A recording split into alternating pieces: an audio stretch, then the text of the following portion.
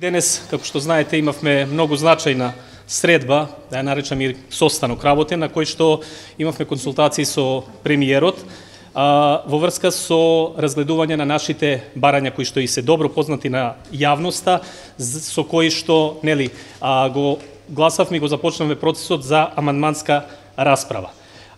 Нашите предлози и насоки кои што ги дадовме денеска за правење на нацрт уставните амандмани од страна на владата, значи во најголем дел се прифатливи за владата, но тие ќе ги разгледаат и се во понатамошниот период ќе ги инкорпорираат во нацрт амандманите, при што уште еднаш договорено да бидат доставени до нас, за ние да ги разгледаме и да видиме дали истите се во рамките на она што ние како веќе и како независна пратеничка група од ВМРО и ДПМН и Коалицијата за подобра Македонија ги поставивме како барања.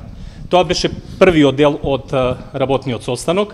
Во вториот дел се однесуваше и на нашето четврто барање, тоа што беше односно за формирање на координативно парламентарно тело како најдобар начин за национално помирување и простување, при што исто така од премиерот добивме поддршка дека и исто така и тој смета дека тоа е добар начин за надминување на поделбите во општеството и во најбрзо време, значи деновиве, ние ќе поднесеме како пратеничка група ќе поднесеме иницијатива до председателот на собранието господинот Џафери за формирање на ова координативно собраниско тело од кое што понатаму ќе потекнат сите оние иницијативи за кои што сметаме дека се многу важни во моментот и со кои што ќе се обезбеди она што е суштината на ова постоење на вакво едно тело, а тоа е навистина едно суштинско помирување по сите основи во нашето, да кажеме, релативно поделено општество. Тоа би било тоа, во кратки црти. Доколку имате прашања, поведете. Законот за ДПМН е прифатлив ли е за вас? Па вака, ние додека бевме на работниот состанок, веројатно тогаш е и поднесен, така да го немаме видено ни законот, но во секој случај, она што сметам во моментот, дека секоја иницијатива е добре дојдена, но сепак во рамките на она што би требало да биде пак тоа координативно тело во кое што сите идеи, се добре дојдени, сите предлози, исто така, не само во случајов со поднесениот законот кој што се уште го немаме видено, и на тој начин ние во самото координативно тело на состаноците ќе можеме на некој начин да дадеме и да понудиме најдобри решенија, секако и во согласно со позитивните законски решенија и прописи. Ке барате ли поддршка од секој пратеник од ВМРО ДПМН поединечно за координативното тело? Секако тоа се сега поединечно разговори, ние ќе работиме транспарентно и како што реков, таа иницијатива што ќе ја поднесеме, ќе биде отворена за сите, времето и нормално тука во собранието ќе го искоординираме во најбрз рок со председателот на собранието, при што ќе биде отворено и ќе биде поканети сите пратеници, пратенички групи, координатори, за да навистина биде тоа како што треба. Се надеваме дека сите ќе земат учество, но како ќе биде, ќе видиме. Се надевам дека навистина сите ќе моментот, сериозноста на моментот ќе го разберат и дека ќе учествуваат во ова координативно тело. Како сте пратеничка група на ВМРО ДПМН која сте исклучили?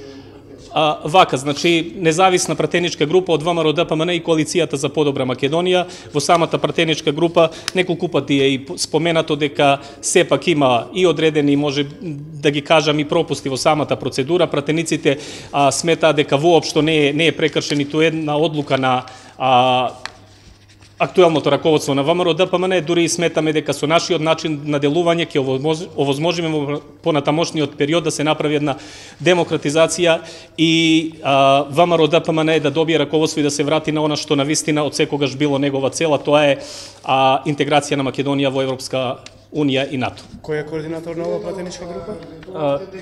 Само малку, ако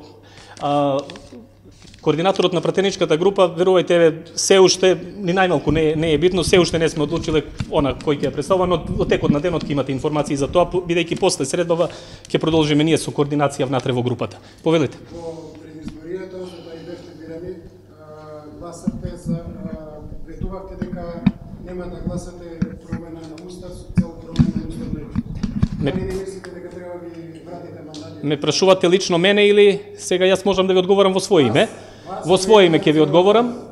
Значи, она што беше во случајов отварање амандманската расправа. Јас можам да кажам дека и како пратеник и како дел од Сдружение АВАС во коалиција, значи со ВМРО ДПМН во коалиција за подобра Македонија, ние имаме став и тоа е истиот став дека ќе ја почитуваме волјата на мнозинството на македонски граѓани, вклучително значи првенствено и на македонскиот народ, со оглед на тоа дека ова е навистина најчувствително прашање за македонската етничка заедница, на македонскиот народ. Во случајов, значи референдумот заврши како што заврши. Никој тука нашиот став, значи на Сдруженијето АВАС, пак потенцирам да точно заради тоа точно да ме пренесете.